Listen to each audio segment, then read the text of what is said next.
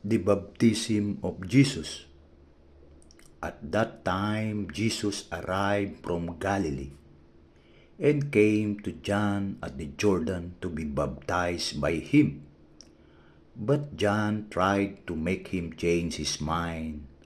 I ought to be baptized by you, John said, and yet you have come to me.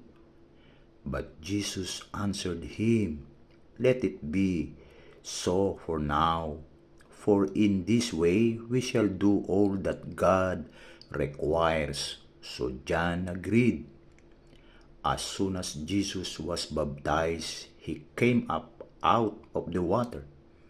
Then heaven was opened to him, and he saw the Spirit of God coming down like a dove and lighting on him.